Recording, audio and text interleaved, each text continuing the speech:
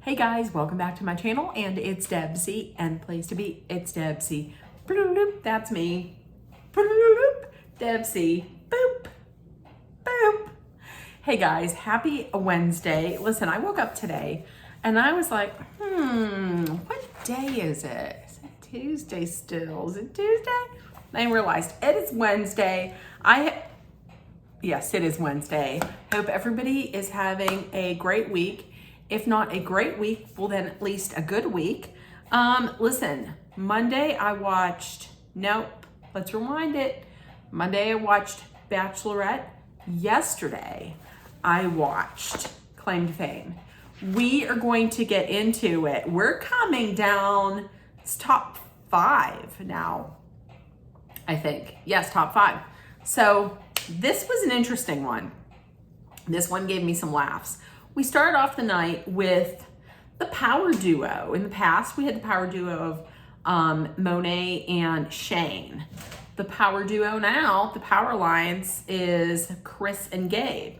But listen, that's not going to last for too long. Carson is not really hiding the fact that her relative is a NASCAR driver. And it's really only a matter of time. I think it's only a matter of time until she is gone. She thinks that since people were wrong about her, that they're going to leave her alone.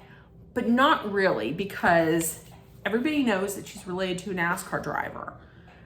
If you are a person that is not like deep into NASCAR, there's 2 people that you're going to know. Listen, I'm not deep into NASCAR. I'm not really into NASCAR at all.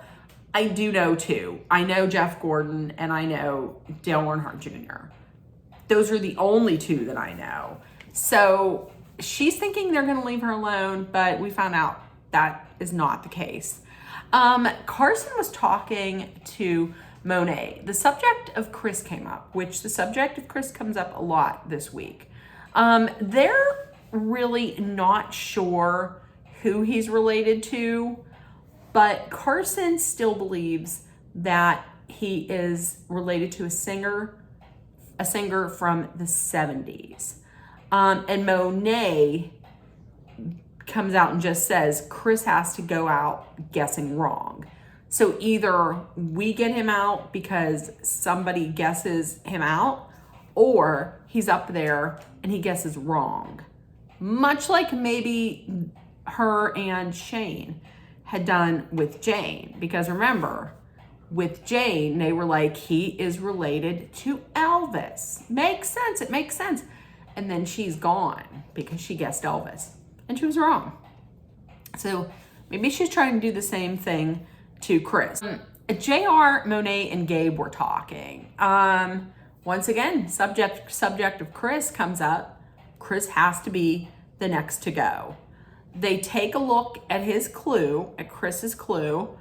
They have no idea. Listen, nobody's gonna guess nobody is going to figure it out, because I feel like they're too young to even know who Donny Osmond is. They instead think it is Billy Idol, because of there's a dancing shoe and Dancing with Myself, and somebody had said, was he a big teen idol in the 70s? Monet was like, huge. Everybody loved him. True, everybody did love him. However, it was in the 80s. He was not in the 70s. I'm sure he was with his band in the 70s, his punk band, but he came out solo and had his biggest success in the 80s. So no, he wasn't big in the 70s. He wasn't, and he certainly wasn't a teen idol in the 70s. Chris and Carson were then talking about Gabe. And Chris had said, no one really knows anything about Gabe. Everybody is under the impression that he's related to somebody that plays in the NFL. And Chris then says off camera, he says Chris has info. Chris says he has info on everyone, since he's seen all of their clues. He's seen everyone's clue. And he makes a promise with Carson, and which he does actually make good on. I'm surprised by, but he says that if either one of them win in the challenge and they pull the clue, the only clue left is Gabe's, they pull the clue, then they'll share it. Whoever wins will share it with the other. And they shake on it. And I was surprised later on to see that that was the case. That did actually happen. And Chris is getting a little nervous, and he's just basically saying that he's motivated to win the challenge because then he would have info on everyone, on every single person in the house. And that would make him the most knowledgeable and the most powerful in the house. So it's time for the challenge. This time it's teams, and the teams are pairs of 2. So Gabe won last week, so he picks the teams. If you win this challenge, there's no immunity, and the entire team, both people on the team, get to see the clue. Gabe really wants to protect this clue. So he pairs himself up with Chris, and then it's Carson and JR, and Monet and Hugo. Monet looked real happy, real psyched that she was with Hugo. So basically what you had to do, they had bins of shredded paper, and you had to put them together, and on the front of the paper was a picture of one of the contestants. On the back was information, like a dossier, information on their relative, information that was not known before. So one person had to reach in and they had like a stick hanging there, and they had to put the shredded papers hanging down so that it would make a picture of the person, but they couldn't look at it. They had to put it out on their blind, and then their teammate had to direct them which way to go, like what to put, where to put which piece of paper to make the puzzle. So, Gabe and Chris and Carson and JR were both doing excellent. Monet and Hugo, not so much. I don't think that was Monet's fault at all. They're moving and grooving along. JR is with Carson.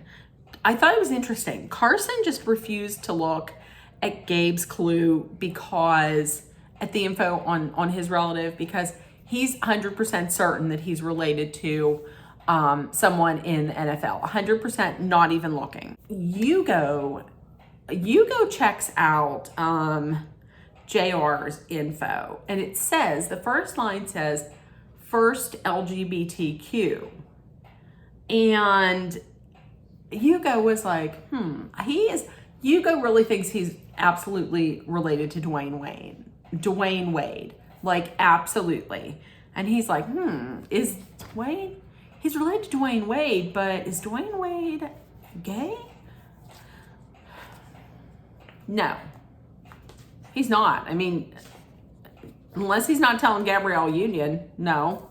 So listen, he should keep his mind open, because he's not always 100% correct, which we'll find out later.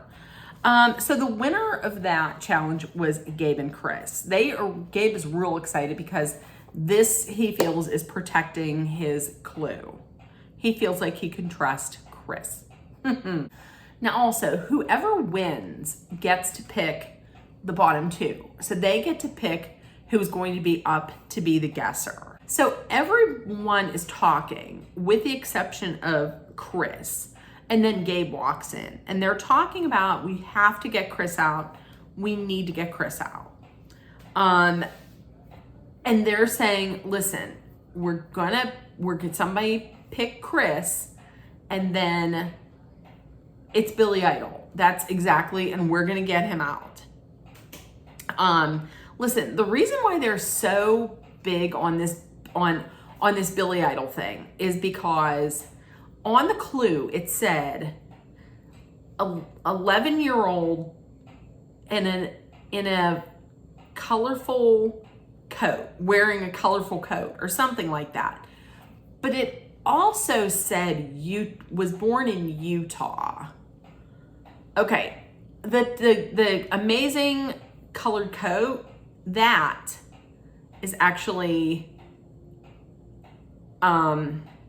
because Donny Osmond was in the play Joseph and the Technicolor Dreamcoat. So, and in Utah, Billy Idol wasn't born in Utah. So they're saying, listen, he has got to get out. He has to get out. Chris is now getting a little worried because he's worried that people are like figuring him out. He's saying that if my information said Utah or Mormon, then I am definitely in trouble. So everybody's talking about who the guesser is going to be. Gabe says the guesser, I'm going to put up Hugo as the guesser. Well, then when Gabe and Chris are talking, Chris is saying he's going to put himself up as the guesser because that way he can put up Carson because he's positive that she's related to Dale Earnhardt Jr., which she is. And plus, he thinks that if he's up there, then Carson can't get up there and pick him to get him out.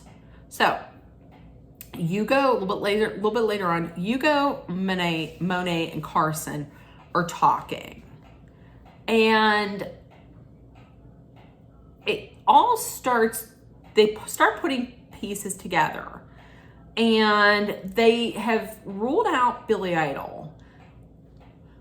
Wait, however, did you forget about the 1970s teen heartthrob idol that was born in Utah? You know, Elton John. Elton John.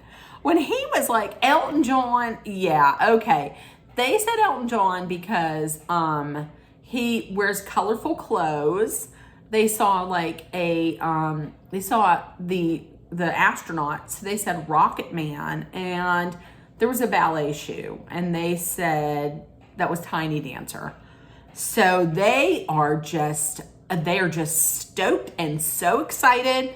And Hugo actually says, I want everybody to remember who the genius is that figured out that Chris is related to Elton John. Because Sir Elton John, was born in Utah. And somebody was like, was he born in Utah? And they're like, yeah, it's Elton John. They're all excited. They go out, they tell I think they might tell either JR or Gabe. He's related to Elton John. We're going to get him out. Yeah, we're going to get him out. Okay. Meanwhile, it's probably JR. Meanwhile, Chris and Gabe pull Gabe's clue. It was, on the clue, it was like 10 baby carriages for like 10 kids. And then there was a drum line. There was a drum and I think a line. Well, he was in the movie Drumline. And he got 1,000 children. So if I would see that, I would think Nick Cannon. But Chris had no idea. And Chris said, your secret's safe with me, which you know it is not. So a little bit later on, everyone but Chris, including Gabe, is talking, and everybody's telling him that they're going to be voting for Hugo because they absolutely know for a fact that he's related to Elton John. Once again, American-born, Utah-bred, Mormon, Elton John. So Gabe goes back and forth and he agrees to go with it. A little bit later, Hugo and Chris are talking. Chris says to Hugo, listen, if you take your shot at Carson and she's out, then I'll show you Gabe's clue. And he shook his hand and was like, okay. At that point, I was like, damn. Wow, you were quick on that. A little bit later on then, Chris says that he does not want to break Gabe's trust at all. However, he has no idea about who Gabe is related to from that clue. No idea. Shows Carson, who has absolutely no idea. The guess off comes, and it's Hugo. Chris puts himself up. It is unanimous for Hugo to be the guesser. He picks Chris, and he looks very, very, very confident that Chris is related to Elton John. Listen, I don't understand. And he guesses, and it's wrong. And Frankie Jonas was like, why? He didn't say that, but he was like, what would make you think that he was related to Elton John? He's like, well, the coat of many color, the coat, he's flamboyant. He wears a lot of loud coats. No. So Hugo went home, and as everybody thought, Hugo is related to Jimmy Carter.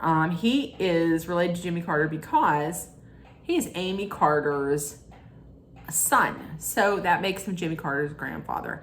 And I have to tell you, I did not like Hugo at all during the show, but when he was talking about his grandfather, it's like he changed or something. I think it's just the Jimmy Carter effect on people, just because, listen, I'm not going to get into a full diatribe, but to be honest with you, nothing like politics aside, Jimmy Carter, he's a good person. He's good. Like, he has a pure good heart. He's a good, decent human being. Like, started Habitat for Humanity, leads a modest life, and is just a kind-hearted, genuinely pure good person. He talked very nicely about his grandpap. They call him Pap Pap. And he had mentioned that his grandfather was put on hospice care. His grandfather, Jimmy Carter, he's been on hospice care for a while now. I believe he's 98. And prayers go out to the Carter family and to Jimmy Carter. And just such, listen, there's two people that are living in the world right now, two, that I'm like, these people should probably be sainted because they're just great people, kind, good people. And that is Jimmy Carter and Dolly Parton. That's just it. So listen, that was the recap. Let me know what you thought and in the comments. And if nobody told you yet today, I don't know why they wouldn't. I love you. You are loved, seen, and heard. Please make sure that you put love, kindness, compassion, acceptance, hope, and positivity out there. And let's take care of one another. If you're someplace where it's super hot, please stay cool and hydrated. Please be safe no matter where you are. And I will see you on Friday probably. Everybody have a great day, great night. Bye, guys.